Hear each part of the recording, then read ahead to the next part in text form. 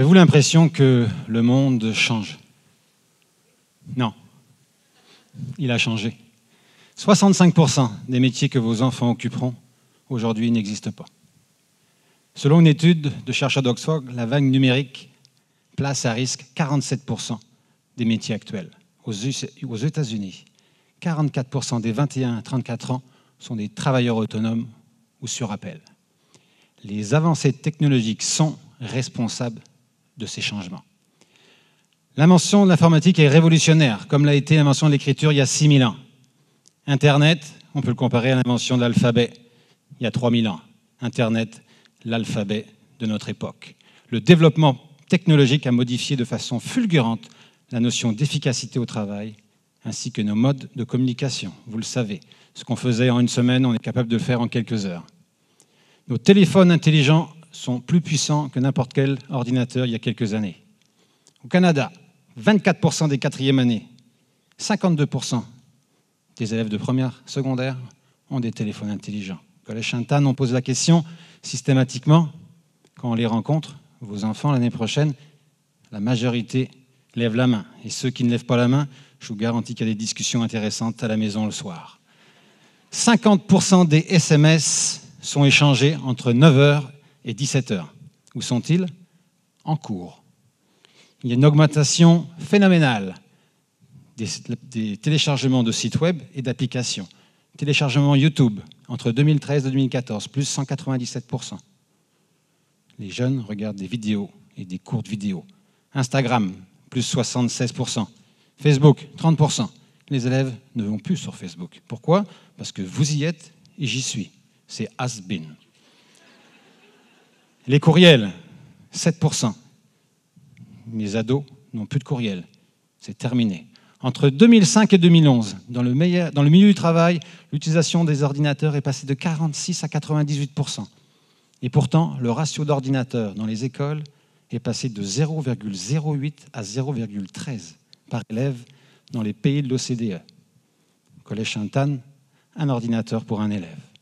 Dans un tel contexte, la compétition est mondiale. Le terrain de jeu est planétaire.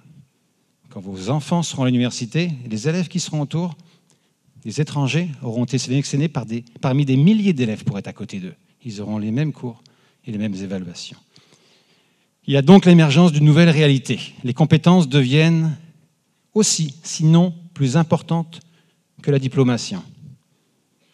Quand je rencontre les élèves en 5e secondaire, je leur dis, vous savez à quoi sert votre diplôme? À avoir une entrevue, une fois dans leur vie, ça va bien avec quelqu'un. Une fois qu'il est en entrevue, le diplôme est dans la filière. Il va faire la différence par rapport à quoi? Sa créativité, sa façon de travailler, l'utilisation des technologies, son audace. Est-ce qu'il parle 2 langues, 3 langues? Est-ce qu'il est habitué à travailler en équipe? Et quand il rentre dans l'entreprise, le diplôme disparaît. Parce que ceux qui sont avec lui ont le même diplôme. Donc la différence, ce n'est pas ses résultats en maths ou en sciences ou je ne sais pas quoi, c'est sa personnalité et les compétences qu'il a réussi à développer très très jeune. Il y a, selon le CDE, des choses en changement radical. La créativité et la compétence du futur. 91 000 emplois à Montréal, près de 9 milliards de retombées économiques. Mais malheureusement, savez-vous ce que disent Robinson et Seward, des profs réputés aux États-Unis? L'école, dans son format actuel, tue la créativité. Les entreprises en avance recrutent des employés avec une pensée divergente. Allez voir les processus de sélection des entreprises telles que Google, Microsoft. Ils cherchent des gens avec une pensée divergente, des ingénieurs qui sont capables de construire des ponts, les éclairer, les décorer, les rendre bien évidemment solides. On ne cherche plus seulement des gens qui ont juste une voix. Mark Zuckerberg, Bill Gates, Steve Jobs, pas fini leur étude universitaire, Guy Laliberté, Richard Branson, Einstein, n'ont pas fini leur secondaire. Parlons de vos enfants. Vos enfants, génération Z. Z pour zapping, nés entre 1995 et 2010. On a connu les boomers, il y en a peut-être quelques-uns dans la salle encore. Enfants obéissants, bourgeois bohèmes, les valeurs c'était la famille, fidèles en entreprise, un métier, une entreprise pratiquement toute leur carrière. Les X, c'est vous, c'est moi. Les enfants de la Révolution tranquille, on est passé après les boomers. Les boomers ont tout ramassé. On est tombé dans la récession. Ce qu'on veut, nous, c'est être quelqu'un dans une organisation. On est plutôt individuel. La génération Y, vous les côtoyez au boulot, 25 ans. Ils ont été les enfants rois, les yo cool. C'est quand le 5 à 7? Quand est-ce qu'on fait un 5 à 7? La qualité de vie est importante pour eux. Vous ne les avez pas embauchés, qui demandent déjà s'ils peuvent avoir une année sabbatique pour aller faire le tour du monde. Vos enfants, leur langue maternelle, c'est le numérique. Ils préconisent une approche multitâche. Ils font leurs devoirs sur leur ordinateur, ils ont leur iPad, la télé et le texte. Et avec un peu de chance, ils vous écoutent et ils vous répondent à l'occasion. Soucieux à l'extrême de leur apparence, ils gèrent leur apparence comme une marque de commerce. Allez faire un tour sur les Instagram. Selfie à gauche, selfie à droite, en vacances, en vélo. Ils sont très créatifs. Pire qui puisse leur arriver, vous savez c'est quoi? Une perte de connexion, une perte de courant. Et quand vous les emmenez en vacances, ils ne vous demandent pas ce que c'est près de la plage, c'est est-ce qu'il y a du Wi-Fi? C'est la génération qu'on a ici. Les personnes entre 7 et 19 ans sont connectées à Internet plus que 13 heures par jour. La moitié se connecte à Internet dans leur lit. 64% pensent que le langage texto, c'est un langage normal et que tout le monde devrait utiliser ce langage-là. 50 à 72% de cette génération-là veulent partir leur entreprise. Grosse différence avec les boomers. Une étude, BNP, Paribas, leur motivation pour trouver un boulot. 1, le salaire. 2, le plaisir. 3, l'innovation, l'éthique et l'international. Rien à voir avec ma génération ou la génération précédente. Actuellement, depuis, on va dire 2 décennies, il y a beaucoup de recherches qui ont été faites sur le cerveau. La capacité d'attention des jeunes se situe entre 20 à 30 minutes. Et la tendance actuellement en éducation, c'est de donner des cours de 75 minutes. Le cerveau des jeunes, en raison de sa plasticité, s'est adapté aux technologies. Ils sont plus créatifs, plus réactifs, mais approfondissent moins. Utilisons leur qualité. Et en raison de sa plasticité, le cerveau apprend et s'adapte tout au long de sa vie. Ce qu'on nous disait avant, tout se fait avant 6 ans, c'est fortement remis en question. D'ailleurs, plus le cerveau apprend, et mieux il apprend. Et chaque cerveau est unique, chaque apprenant apprend différemment. Malgré tout, on continue à les mettre 36 par classe, au même rythme, à la même vitesse, et une séquence de 5 cours par semaine. La recherche démontre également que le cerveau apprend mieux d'une erreur que d'une réussite. Ce n'est pas pour rien que certaines entreprises embauchent du personnel qui ont fait faillite, qui ont fait des grosses erreurs, parce qu'ils savent qu'ils ont appris et qu'ils ne recommenceront pas. On l'espère. C'est l'intelligence, on apprend de ses erreurs. L'activité neuronale augmente en présence d'émotions positives. C'est prouvé, on le sait maintenant. D'où l'importance d'avoir un très bon climat en classe, une bonne relation maître-élève. Vous le savez, dans les organisations, le climat organisationnel est important. Les performances en sont bien meilleures. L'apprentissage est basé sur l'expérience. Il est multisensoriel. Arrêtons de laisser les enfants passifs en classe. Mettez-les en action. D'où l'intérêt de faire de la pédagogie active. Il est préférable de privilégier des méthodes qui font appel à la stratégie plutôt qu'à la répétition. Faisons-les travailler en études de cas. Certaines universités l'ont compris depuis longtemps. Dernière grande découverte, l'apprentissage est 4 fois plus rapide en situation de jeu. Attention à ce qui nous arrive, ce qu'on appelle les serious games, la ludification. De plus en plus d'apprentissages vont se faire via les jeux. Selon une petite étude de John Hattie, faite sur 240 millions d'acteurs en éducation, sur les leviers d'apprentissage, ce qui nuit le plus, il a sorti 150 critères, ce qui nuit le plus à l'apprentissage. Trop de télévision. Heureusement, ça disparaît, mais ils sont sur Netflix, c'est pas mieux. Le redoublement et de longues vacances.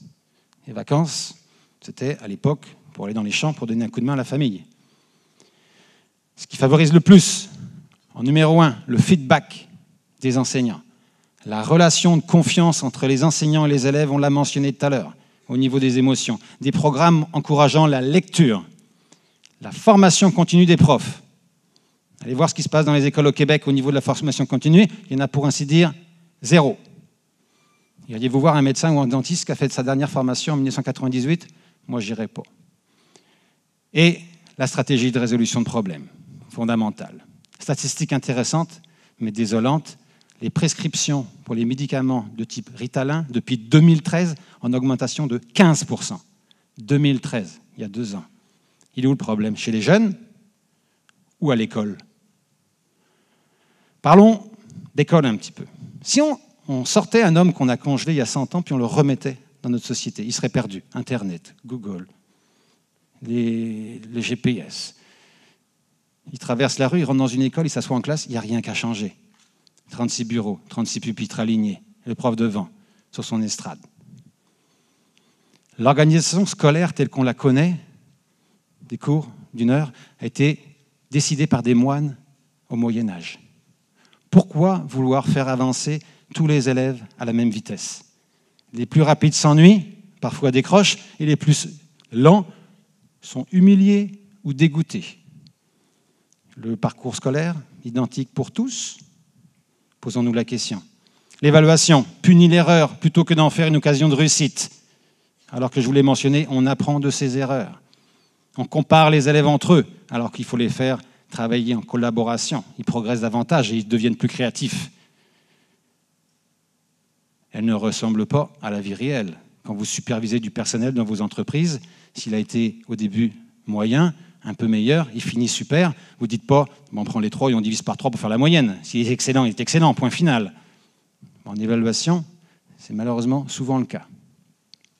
Qu'est-ce qu'on tire comme constat de tout ça? Eh bien, 70% des jeunes au Québec, selon une étude de la Fédération des écoles privées en 2012, s'ennuient ou ne se reconnaissent pas dans l'école. L'école ne développe pas les compétences essentielles nécessaires au monde dont je vous ai parlé. Et le monde dont je vous parle, ce n'est pas demain, c'est aujourd'hui. L'école répond aux besoins des entreprises de l'ère de l'industrialisation, il y a 150 ans. Des élèves identiques pour faire la même chose. Malheureusement, notre société ne marche plus comme ça. La technologie dans les écoles doit rendre l'enseignement plus efficace et les apprentissages plus pertinents. Attention au virage informatique dans les écoles. Malheureusement, dans bien des cas, c'est un argument marketing. Le pire de ce qui peut s'arriver, c'est un prof qui donne un cours magistral avec 36 élèves devant une machine. Je vous garantis qu'après 10 minutes, ils sont partis. Les résultats font ça. Si je continue à parler pendant 3 heures, vous êtes tous embarqués sur vos téléphones, ce qui est normal. Les compétences sont à redéfinir. Et la technologie est incontournable. L'école est dépassée. L'école a perdu son monopole. Si vous allez sur le site, par exemple, de Khan Academy, des milliers de vidéos sur toutes les notions de maths et de sciences que vous pouvez imaginer. Allez sur les MOOC, les meilleures universités d'universités prestigieuses aux États-Unis donnent des cours. Ils sont là, vous pouvez les suivre, même être crédités. Le monopole n'est plus dans les écoles. Il est en partie dans la poche et sur Internet. Faut-il réformer l'école? Non. Il faut la révolutionner. À Sainte-Anne, que fait-on?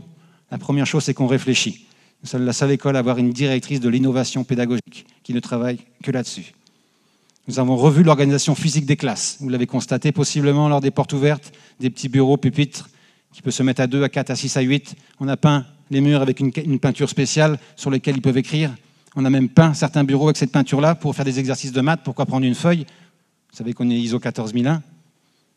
Nous avons un centre de formation. Nous sommes la seule école à avoir un centre de formation sur la pensée design, sur la ludification. Je vous en ai parlé. Redéfinir l'apprentissage par la collaboration, l'espace de cours numérique des enseignants. Nous avons une bourse d'innovation pédagogique pour stimuler les enseignants, pour leur faire des choses différemment, qui répond au monde d'aujourd'hui. Nous avons un réseau d'écoles partenaires à travers le monde de 19 écoles. Il faut les ouvrir au monde. Il ne faut pas juste leur donner un cours d'espagnol, il faut les envoyer ailleurs. Il faut faire venir des élèves étrangers chez nous. Il y en a plusieurs actuellement. Nous lançons des cours en ligne. Nous cultivons l'audace et nous acceptons l'erreur, parce que l'erreur permet d'apprendre. Nous avons des programmes de formation différenciés, nos fameux projets particuliers. Nous utilisons une pédagogie active qui engage l'élève et qui tient compte des différents styles d'apprentissage. Tout ça dans un environnement hautement technologique où chaque enseignant a son espace numérique et chaque élève a son ordinateur. L'ordinateur qu'il faut. Pas un iPad forcément, pas un ordinateur. L'outil qu'il faut. Et enfin, nous avons bâti un modèle de cours de demain axé sur des compétences clés, dont Madame Sénécal, la directrice de l'innovation pédagogique, va vous parler. En conclusion, faites-vous un bon choix d'école. En tout cas, nous réfléchissons, nous expérimentons, nous sommes audacieux et nous misons sur une éducation réinventée où vos enfants apprendront dans le plaisir et la rigueur. Je m'appelle Hugo Kavenaghi et je suis très fier d'être le président, directeur général du Collège Sainte-Anne. Merci de votre attention.